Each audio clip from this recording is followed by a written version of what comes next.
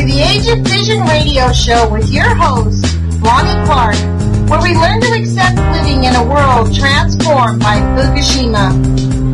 Monday, Wednesday, and Friday from 8 a.m. to 9 a.m. Pacific Standard Time here on UCY.tv, we relentlessly engage every ear that listens. We share information about the facts of radiation and the nuclear industry. We discuss vital current events and explore the roots of social engineering that has caused so many of our beloved friends and family to intentionally ignore the most critical, catastrophic event in human history.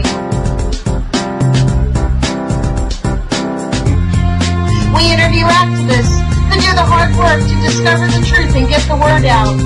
We dispose the NRC's daily nuclear alerts and take phone calls from our listeners in an effort to fully engage on all topics that are changing our world. We explore exactly how radiation affects our bodies and minds to dissipate your fears and face the truth. We remind our listeners that happiness is resistance. Love is greater than fear. We share information on how to take your life back from the systems intent on enslaving our bodies, minds, and souls.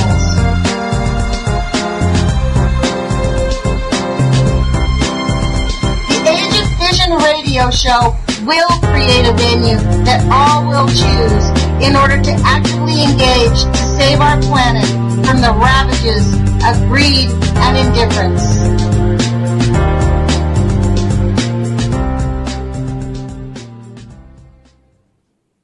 Good morning, UCY.tv radio listeners. This is Lonnie Clark with the Age of Fission radio show, and that's Fission, Fission, because Fukushima changed our planet permanently. The NRC and the nuclear industry, the IAEA, in their hubris, believe that human beings can somehow miraculously adapt our DNA to allow them to be the greedy bastards that they are. And they continue to lie to us, which is why there's many people. When I first got into this Fukushima fight, when I first found out, I really didn't think there was very many people who were paying attention. And it took me a long time. It was quite hard for me to find resources. I ended up going to YouTube. I found Miss Milky the Clown. Then I found Kevin Blanche. And it has been quite a journey since May of 2012. I, like most Americans, believed our government that told us everything was fine. Things are not fine. Here I am on Monday morning. It is 9/14/2015, and I read the nuclear alerts, and as I was going through them this morning, I just want to impart this idea that it is extremely important for anyone in the United States, really, it doesn't even matter if you're near a nuclear power plant, to be prepared. Have some supplies, have water that is not contaminated, or have something to put water in so that you can get yourself at least a 2 or 3 day supply of water. Because the NRC will definitely not tell us anything that is going on in Japan will exactly happen here inside the United States. They will not warn us. They will downplay it. As you know, I've recently gotten very actively engaged in closing down the Columbia Generating Station, which we're really seriously going to we're taking some serious action in that event, and that we're creating some events. They haven't happened yet.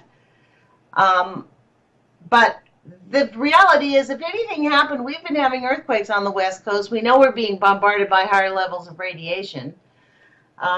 But if anything happened up there, we would not be told.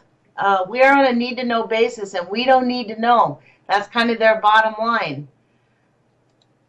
Look at the headline news. There is a website that I have found. It's called lutins.org, LUTINS.org, and I don't know who put this page together, but it's very interesting. It basically says the following is a compilation of some known events involving nuclear devices and facilities under U.S. jurisdiction many involving fatalities.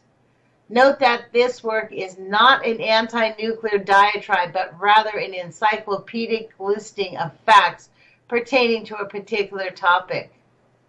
I am well aware of the dangers and negative ecological consequences of alternative energy forms, especially coal and petroleum-based fuels, but a discussion of those is beyond the subject matter of this page.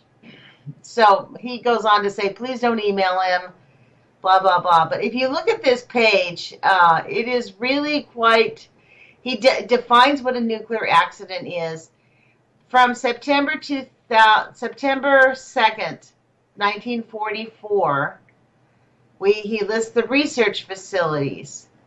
And then he lists the nuclear power plants. These are the events that happened at research facilities, 1944, 1945, 1946, 1955, 1956, 1957, 1958, 1959, 1962, 1963, 1966, 1974, 1982, blah, blah, blah, blah, blah. So this is really the reason I bring this page up. I encourage all of you to go there because nuclear power, as we all know, is not safe. But what this really shows is that we are not going to be told.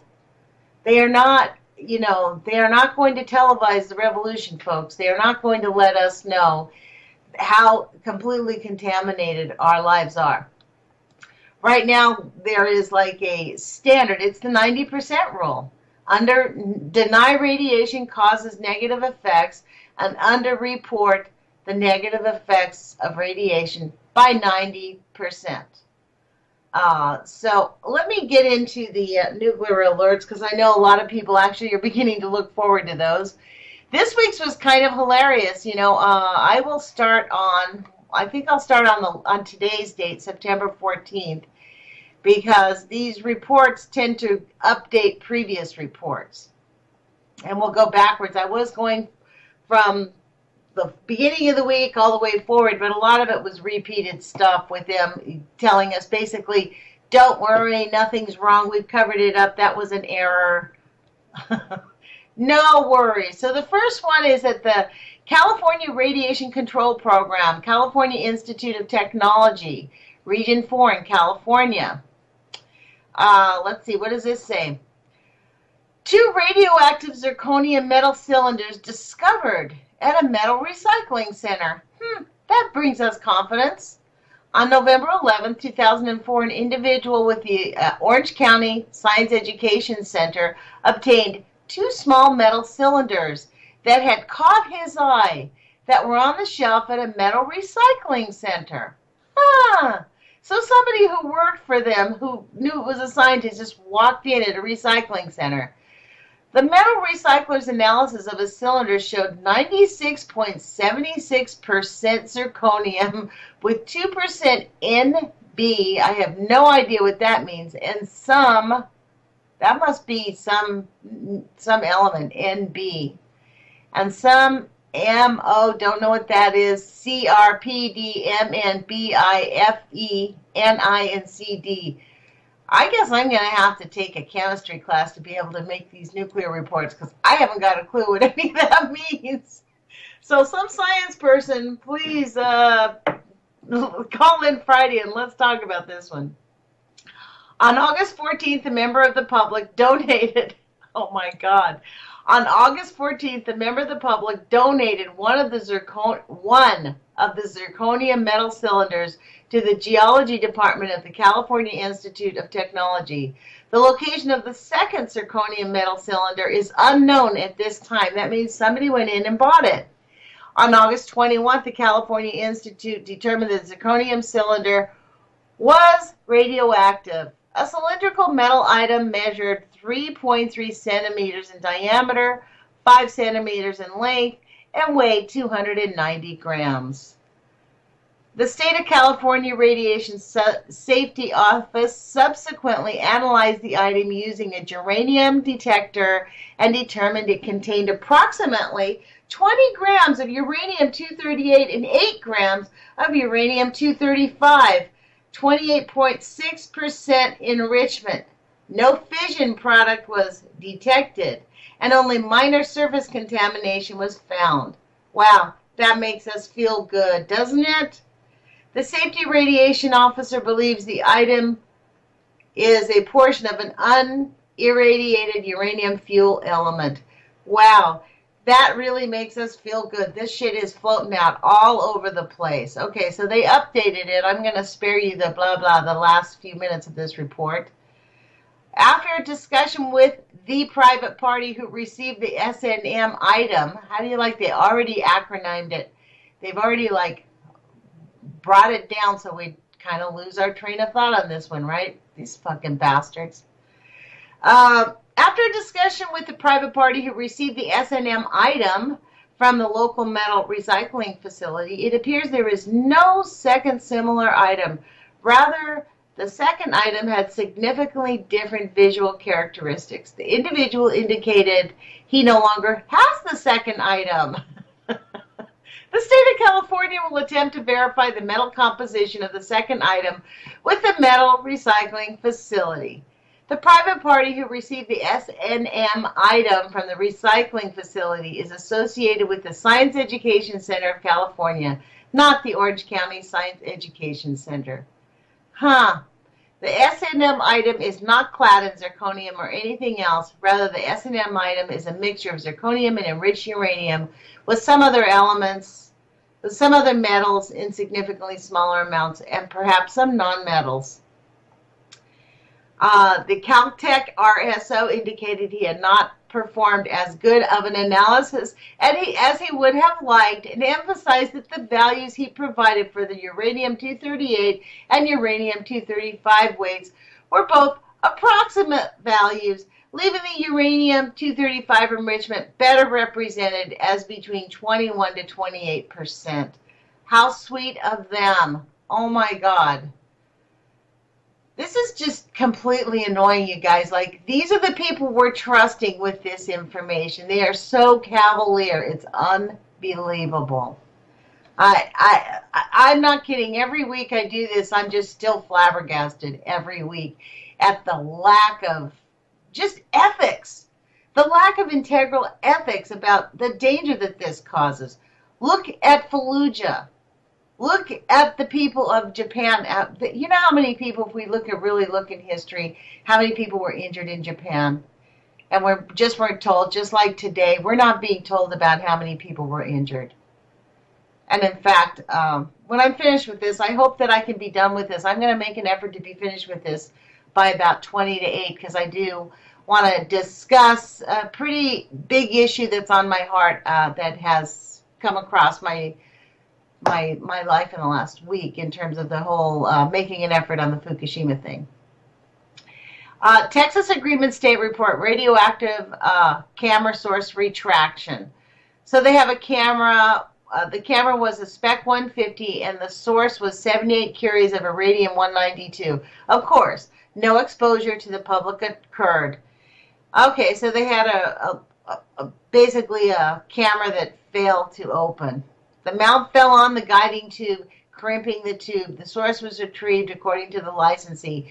So really, no exposure to the general public, but to the people working in that facility, plenty of exposure. Let me move on to the next one. Oh, okay. So look, I'm going to go back. I'm going to go back and give you the very first report number, the one about the 2 radioactive zirconium metal cylinders discovered at a metal recycling center. That was event number 51365. I kind of decided I should give you the event numbers.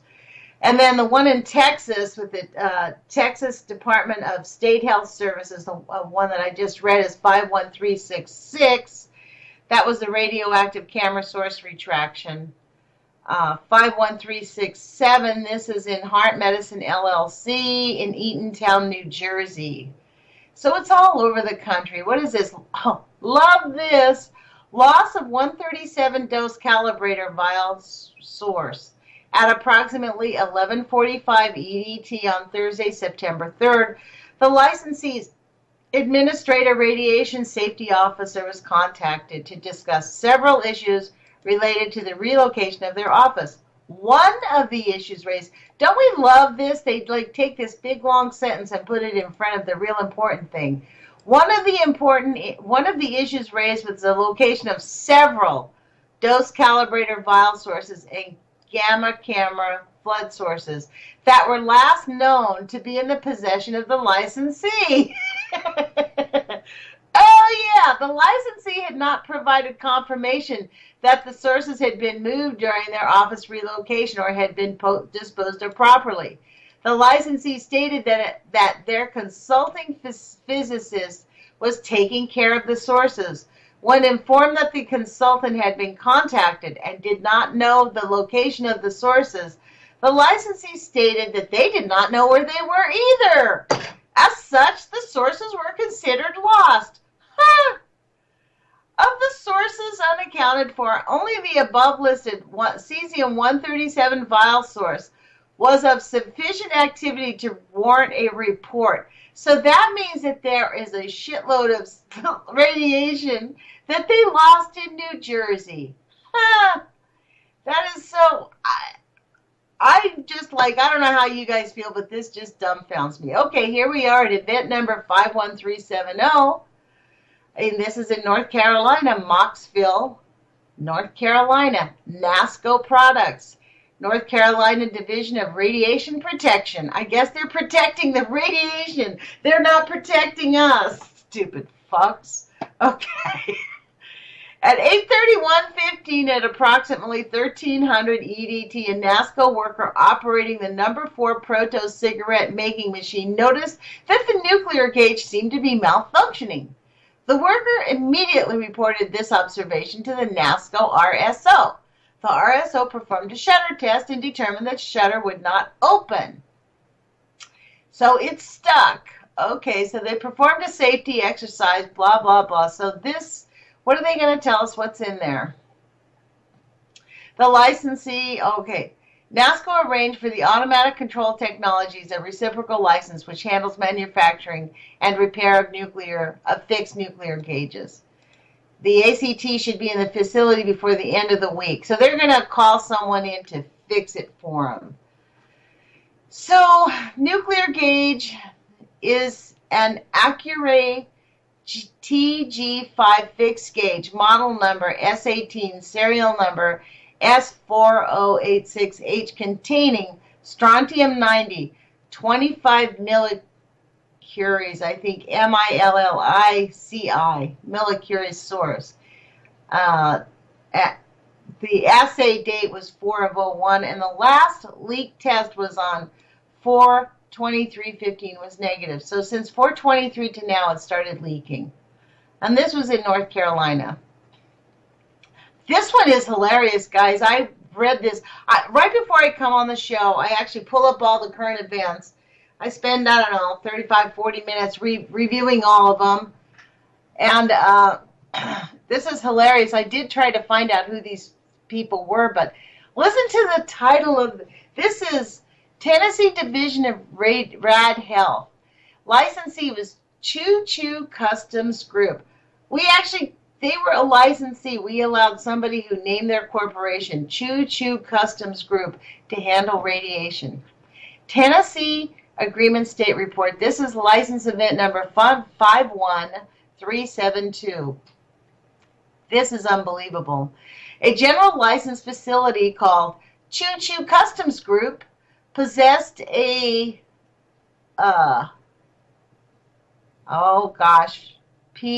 hang on just a second. I'm going to do my little bit of homework. I didn't get a chance to do that, and I don't remember what what element is PO. So, but hang on, I don't remember what it was. I looked it up and I didn't get it. Polonium. There we go. I couldn't remember what that word was. So, I'm going to go back and read this to you because this was unbelievable. I couldn't remember what PO meant. Choo Choo Custom Group possessed a polonium-210 static eliminator GL device with approximately 10 millicuries of activity. Choo Choo Customs Group has been dissolved or inactive. The state of Tennessee Division of Radiological Health has been trying for a number of years to get them to reply. That radioactivity has been sold on the black market, you dumb fucks.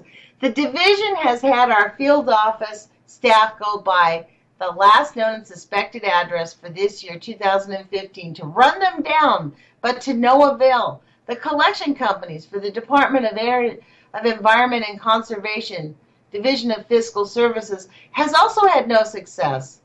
This would be a lost source that the division would report, but we're hoping to get some resolution or the location of the individuals who had owned the company. The division has now exhausted all our leads and is proceeding with the report as a lost source or device. Now, this is report 51372. This is unbelievable.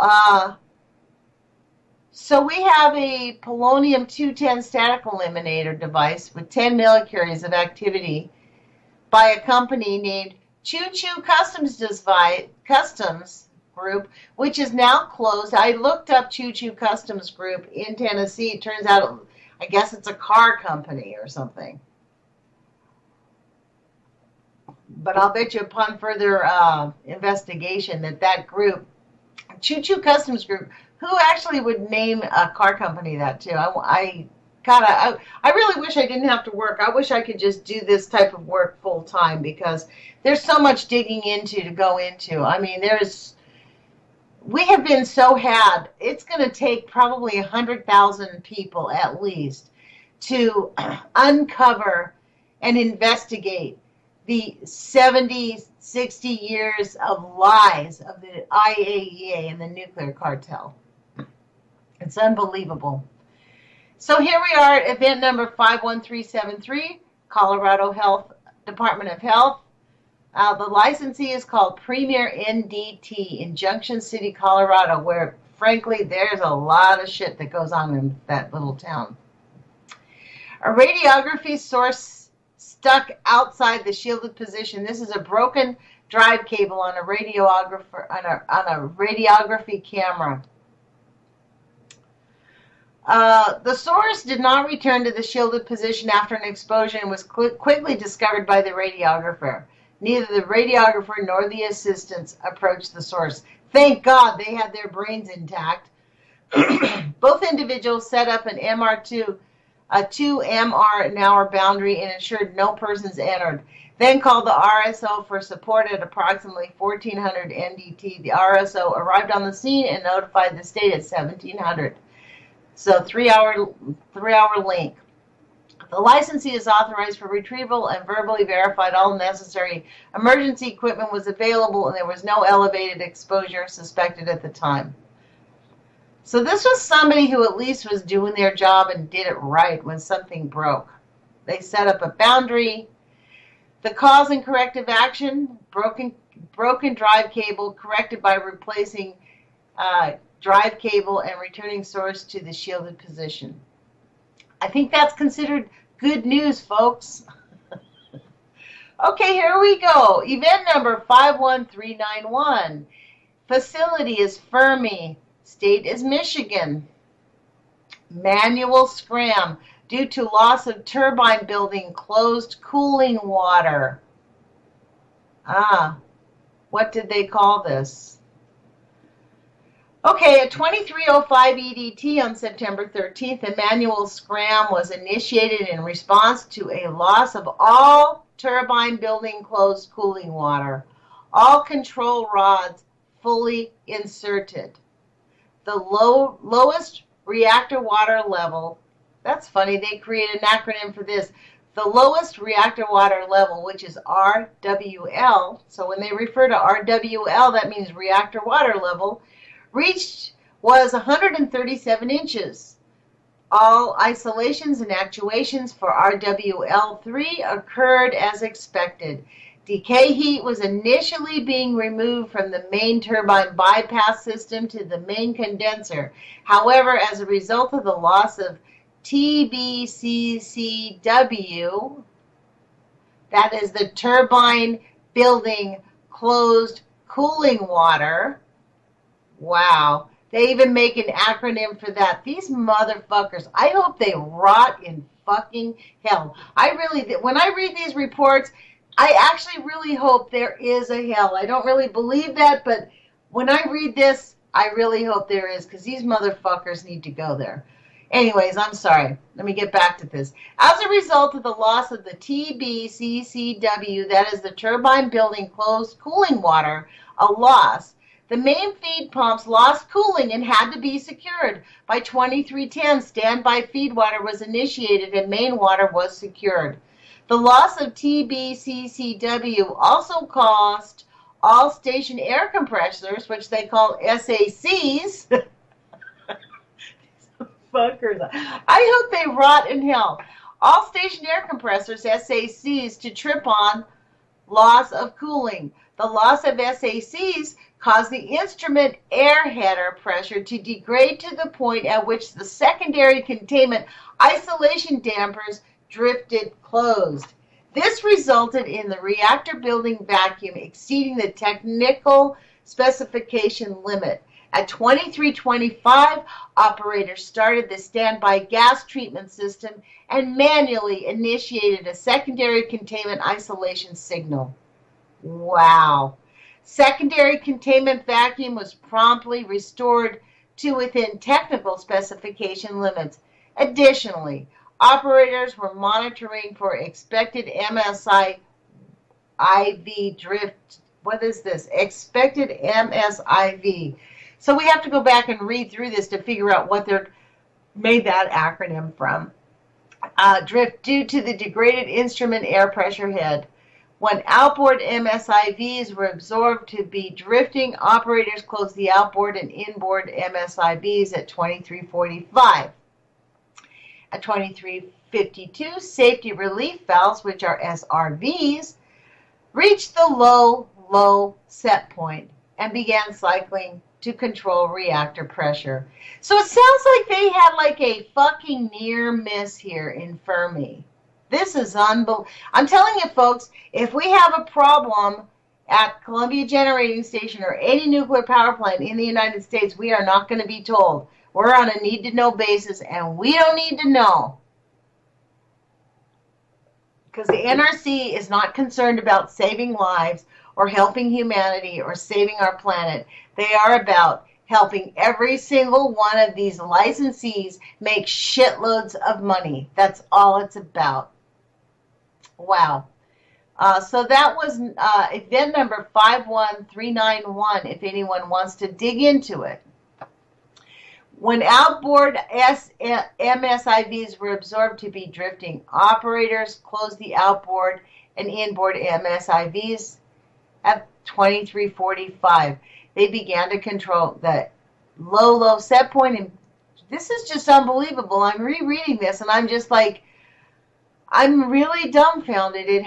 Like, they honestly don't give a flying fuck about humanity if they can continue to do this. So this is I'm going to move on. That was all just today. That was all just reported today, folks. That was just today. Can you believe it? 1, 2, 3, 4, 5, 6, 7 in one day. You know what I bet, since I'm reading this on air? I'll bet you 2 to 1 the NRC, one of their big conversations is they're going to try to figure out a way to make these event reports a little bit more difficult to read, or maybe not as clear. I bet you 2 to 1 that now that people are paying attention to it and they're getting public exposure, at their next board meeting, they are seriously going to figure out a way to, like, fuck us over so we can't read this. Be curious to see if 1 year from now, if this nuclear event reports are posted on their website in the very same manner. Because I'm going to keep reading them. I'm going to keep reading them until we close down the nuclear industry. Because those people are killing the planet.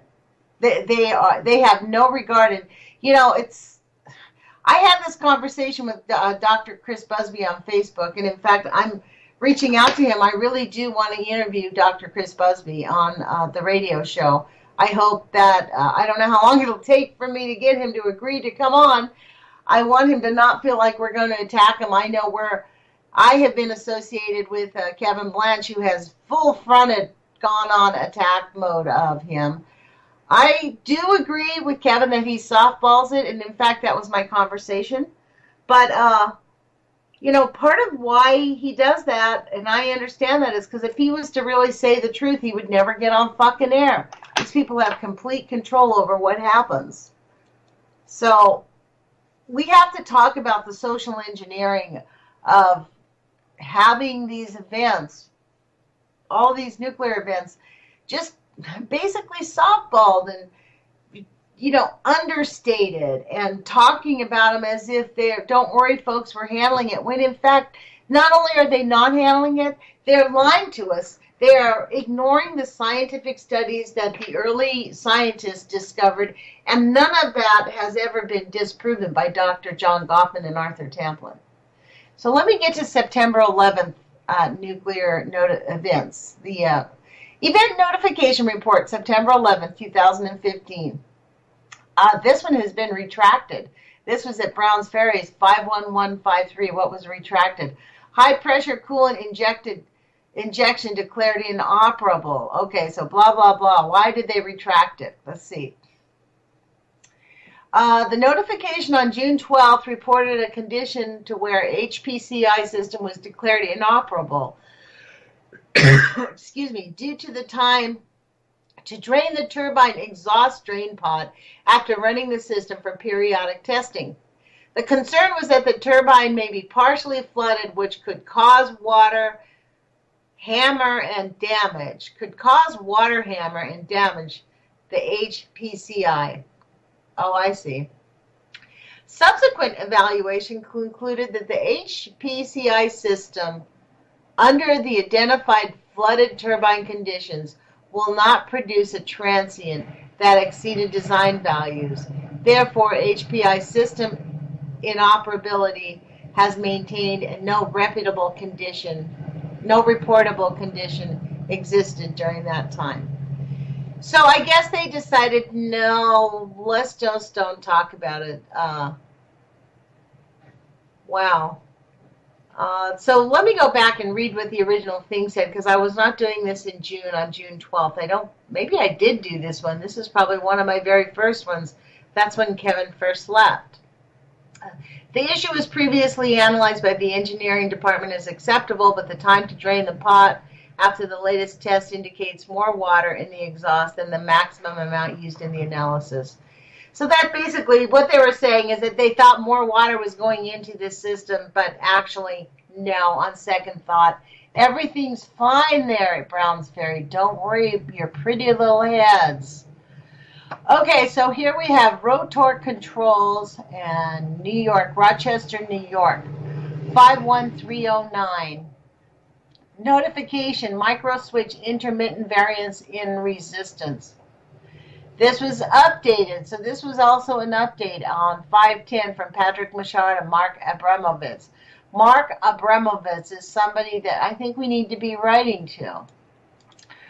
Rotork has concluded that the investigation, and based on data tests, determined an unsafe condition can exist to be defined under 10 CFR 21. Testing has established that a small percentage of the switches supplied against Rotork purchase order number P011692 may exhibit an open circuit condition when operated. A slightly larger percentage of the population may exhibit high contact resistance from the 0.0 OHM to an, I think that's ohm, to an open circuit. I think I really do need to take a chemistry class because I don't understand this language. The anomaly affects the normally open and normally closed contacts equally. Contact resistance anomalies are random, not permanent, and appear to be unaffected by accumulated cycles. Additionally, when a switch is operated, its electrical state remains constant until the next operation. Don't we love this? Probabilities have been established by resistance measurements and dynamic testing using voltage representative customer applications. The dynamic evaluation predicts an open circuitry probability of 0.0008% per operation. To date, no switch failures have been reported from any customer sites. Below are lists of orders provided to customers containing V12 switches on defective batches. So I guess what they're telling us here is that this company, Rotork Controls, provided switches that could create some type of a fault, establish an unsafe condition could exist. So I guess we just have to wait to see, right? I don't see that they've retracted and forced these people to replace this equipment that was good. Oh yeah, the truck's rolling over the victim, but let's don't move the victim. I swear to God, these motherfuckers. On a God. Okay, so let's move on. I just am still nonplussed.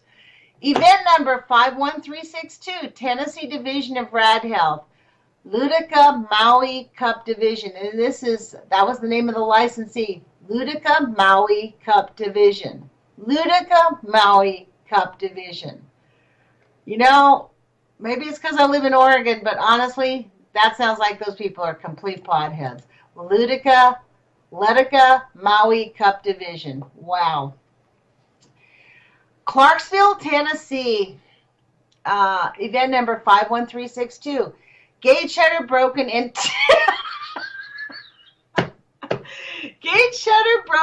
taped shut. Now there's a solution. Just tape it shut, folks. Okay, let me read this. On September 2, 2015, inspectors from the Nashville Field Office, Tennessee Division of Radiological Health, went to Ludica Maui Cup Division in Clarksville, Tennessee, to inspect their generally licensed devices. It was discovered during the inspection that one of their gauges was broken. On May 6, 2011, on May 6, 2011, the shutter on the NDC model 102X, serial number 12571, broke off. The shutter was taped back into position at that time, and the gauge was removed from the manufacturing line. No notification was made to the division. The gauge contained an 80 millicuries of americium-241 source, and nobody goes to fucking jail for this bullshit. 80 millicuries of americium-241, and they taped the fucking model shut in 2011, May 6th, when Fukushima had just happened. These people have the nerve to just, a gauge containing radiation broke, so let's just tape it up because, hey, that's secure. Wow, folks. I think Mondays is my biggest day of cussing on this radio show because when I see stuff like this, like the cuss words just fall out of my mouth, I can barely stop them. I'm nonplussed by this. 2011, that's 4 years, almost 4 years. It's over 4 years. May 6, 2011, September 2. They inspected it. If the inspectors had not gone by there to look at it, would they not have found? And in fact, why weren't the inspectors there before that date? You know, our government really needs to hire. If we're going to have these, and obviously we have these divisions, we have these parts. These are parts of our government that our tax dollars are paying for. We need more people in this industry to actually protect us from the gross negligence. Can you imagine any other industry doing something like that presents such a tremendous risk to life? Americium-241? At this rate, folks, I don't think I'm going to get through this. I'm not going to get through all of these events. Okay, 51365, California Radiation Control Program, California Institute of Technology, Pasadena, California. 2 radioactive zirconium metal cylinders discovered at the Metal Recycling Center. Oh, we just read that one. Here they go. They go about repeating everything again. Here we are. What's this? 51366. This is Texas Department of State Health, Team Industrial Services, Inc.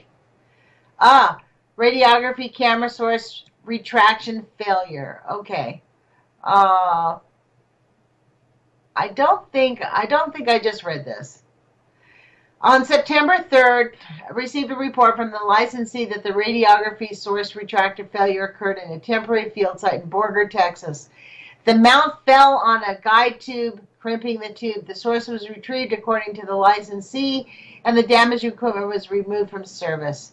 The camera was a Spec 150, and the source was 78 curies of iridium 192. No exposure to the public occurred. This always blows me away. No exposure to the public, but it did have exposure to the individuals who work there. Here we go. The next one is 51367, New Jersey Rad Protection and REL Prevention Program, Heart Medicine LLC, Eaton, New Jersey. Loss of 137 dose calibrator vial source. Wow. So here we are again. So, and let me go back up. Let me see if we can get to September 10th. See if any of them are repeats. 51361, California Radiation Control Program. Mitsubishi Rayon Carbon Fiber and Composites, Anaheim, California. Radioactive source sent to a... Well, I don't know. You know, this is so outrageous. Radioactive source sent to a waste recycling facility and returned. Thank God. So what happened was those people basically said, we're not taking it. Let's see. On August 18th, Mitsubishi Rayon Carbon Fiber and Composites contacted the California Office of Emergency Services to report a missing source. The source, a Honeywell Measurix BAL55 source holder, with a generally licensed KR85 source, 300 millicuries as of 10/20/97. What's KR, you guys? I guess I could look that one up. Let me go to the Googles, see if I can find that one.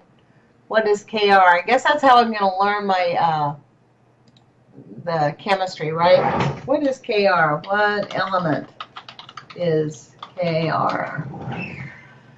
Krypton. Oh, that's great. Love that. Okay. So here we are again. Let me make sure I'm back on the right page. Yeah, that is unbelievable. You know what? As I'm reading these things, I'm really beginning to wonder, is it... Maybe this is why no one's done it, because every week, how long have I been now on the radio? A little bit over a month, right? And week after week after week, I'm reading these things, and it's as if business as usual. Think of the years these people have been in business and posting these things. If anybody listening to the sound of this radio does not comprehend how completely radiated this entire planet is, we need to rethink it.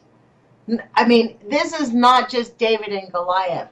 This is just Goliath stomping out what they consider to be little ants, and that's us. Wow. So, Krypton, I guess that's what it was. A Krypton 85 source, 300 millicuries as of 10/20/97. Wow. And I wonder how long Krypton lasts. Let's see what that guy says. Because that is unbelievable. That's just, it's unbelievable that they actually really seriously could care less about human life to this point, that they are so disregarding of it all. They were informed that the missing source was reported to the RHB, California Radiologic Health Branch. When Mitsubishi could not get in touch with the RHB personnel after contacting RHB Brea in Los Angeles, he contacted the Office of Emergency Management. So they couldn't get in touch with the California Radiological Health Branch, either in Brea or in Los Angeles. And why not? See, maybe it's because we just don't have the people in these areas. They're just starving the beast, I guess. That's, the NRC has just decided that they're just not going to hire people. This is unbelievable, folks. I'm just nonplussed at all of this. I just can't get over this. On 9/9, fuel cycle facility, event number 51382, uranium fuel fabrication, Ireva NP Inc. in Richland, and this is Richland, Washington. Did I already read this? Troubleshooting process equipment in the ceramic. An instrument technician got his right thumb. I think we read this, but let me read it again, or maybe I read it before I came on. On Wednesday, September 9th, while troubleshooting process equipment in the ceramic area, an instrument technician got his right thumb caught between two pieces of equipment and severed the nail and part of the end of his thumb. The individual received first aid in the health and safety technician office and was surveyed for radioactive contamination and was found clean. In parentheses, the injured gloved hand was bandaged and not surveyed. The injured individual, accompanied by HST and survey instrument, was transported to the medical facility. After the individual was unbandaged by medical personnel, the HSC surveyed the injured individual and portions of the medical facility and confirmed that no radioactive contamination was on the injured person's hand or had spread to the facility. The bandage and the damaged glove was returned to the plant, and laboratory instrumentation was used to confirm it was also free of contamination. You know, it is also conservatively being reported that under 10 CFR 70.50B3, treatment of an individual with radioactive contamination because of a small portion of the individual had not been surveyed and confirmed to not have any contamination prior to the transporting of the individual to the medical facility. So they're basically saying here that the guy will be fine, just fine. And we need to just ignore it, move along. You know, I wonder what happens to these people when they end up getting contamination and dying from these things. And as we know, basically they're kind of left on their own. We know this from the reports we've seen up in Hanford. In fact, my own science teacher, her dad worked at Hanford and died of cancer. And he was on his own. It was not at all related. Nobody even acknowledged it was related to his years of work at Hanford. Wow, we're at 8:47. I'm sorry, I keep blabbing on. But these reports today are stunning to me. Here we are on September 9th. There are 5 reports. I think this one's a repeat, 51331. We just read that. This is an update.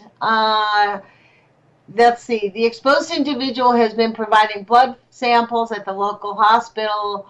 The sampling will continue through today in a 24-hour period. We can scroll through to the very bottom of this, and we already know what they're going to say. The company has contacted, I bet you they tell us that he's fine, just fine. Let's see. REACTS has been contacted to discuss and review the results of the laboratory work of the exposed technician. We recommended that we continue the CBC once daily through Friday this week and continue to forward the results. So they will continue the examination every other day for up to 3 weeks and post the event. Wow. So that is it. Fine. Fine. Don't worry about it. That person's just fine. Tennessee Division of Brad Health, Jardin Zinc Products, Tennessee, Greenville, Tennessee, event number 51358. Fixed nuclear gauge, shutter stuck closed. Another stuck nuclear gauge. These things are pieces of shit.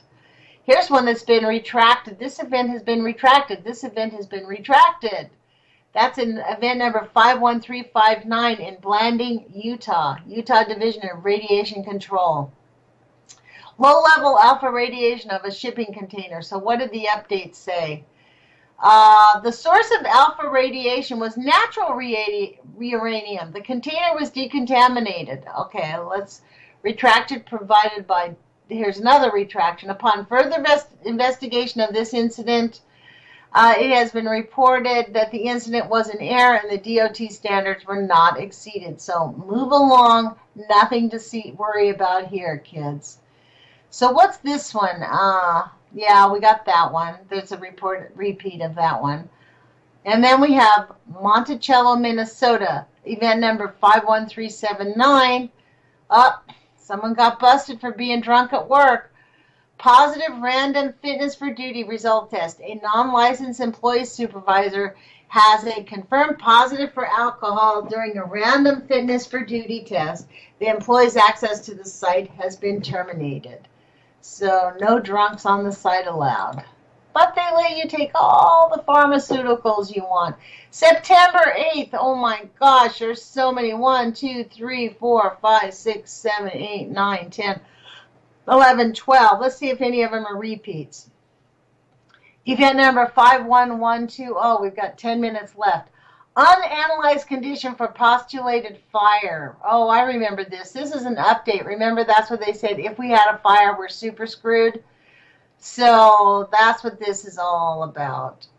So let's see. Updated shuttle.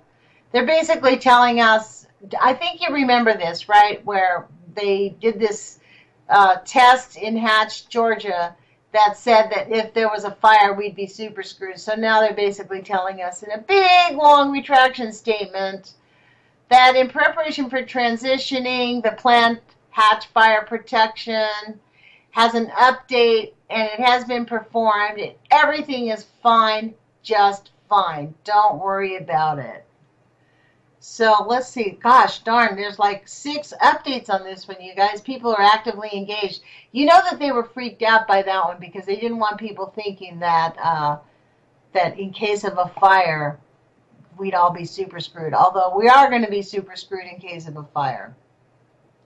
So in Hatch, where is this? Hatch, Georgia. You guys can all feel safe now because the NRC says it's safe. I feel better. So Arkansas Department of Health, number 51277, NEA Baptist Memorial Hospital. Oh dear. Radioactive shipment delivered to the wrong address. When was that? That was original event date was 7:30. So maybe this is a update. We reported this last week, the update.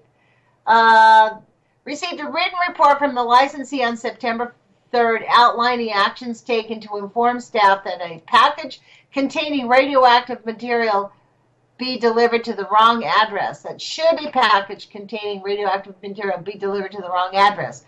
These actions include reviewing procedures, photos of the packages containing radioactive material, and retraining on the receipt procedures. Oh, thank God. So now they've actually upgraded it. So now when they get in, so they're going to tell us what their staff should do in the event that they deliver radioactive material to the wrong address. That inspires confidence. Oakwood Hospital in Dearborn, Michigan. I beg your pardon, Dearborn, Michigan. 51352. That's the event number. Lost iridium 125 seed. That is so sweet of them. They're telling us they lost one. Oh, gosh. By reviewing the radiographs of each specimen, we have ruled out the possibility that a source was left in the patient. On 8/26, another independent radiation survey in the pathology lab was performed by the nuclear medicine using a scintillation director. And again, no seed was found. Well, that's good to know. They didn't leave the seed, but where'd it go? So far it's as follows. Radiation survey of the pathology lab performed by the pathology lab supervisor. Survey revealed no presence of radioactivity. So they've lost a seed. There's no radiation in the person, but where'd it go? I'm telling you, this whole thing about nuclear medicine is safe, it's all bullshit because they have no standards of safety whatsoever in this entire endeavor. State Department of, I think in the future I'm going to have to go through these and actually really figure out how many of these I'm going to, because this takes up the whole hour. Cobalt 57 lost during shipment. Is this an update? This is event number 51354. Notification date 8/27. Wow. On August 27th, I know that I probably read this. And what does this say? On August 27th, the licensee notified the agency, the Texas Department of State Health Services, that 100 millicuries of cobalt 57 source had been ordered by one of the investigators and shipped to the proper address for the licensee, but the source had not been received. The licensing radiation safety officer, that's what RSO means, radiation safety officer, reported that the investigator had checked in around noon on the status of the order with the radiation safety office. The radiation safety staff learned that the investigator had ordered it without following procedure and going through their office, so they had not been aware of the source, that the source was supposed to be coming. The RSO reported that upon checking with the common carrier handling the package, the carrier showed that the package had been delivered on August 21 at College Station. No other information documented by the driver. And the carrier provided the name of the person who signed for the receipt. The carrier opened an investigation. The RSO contacted the company from whom the source was purchased and verified the shipping address was correct. A search was conducted at the building it should have been delivered to. The staff was questioned if they had received it or seen it or knew the person who signed it, and the RSO searched the staff and student directories and checked through the university's police departments for the signer's name with negative results. Wow. At approximately 16:30, the RSO made the determination that the package was missing and reported to the agency. The RSO stated that the team will begin canvassing other buildings in the morning, and efforts will continue to locate the package and identify the signer. Further information will be provided as it is obtained with SA 300. That is unbelievable, folks. So in College Station, Texas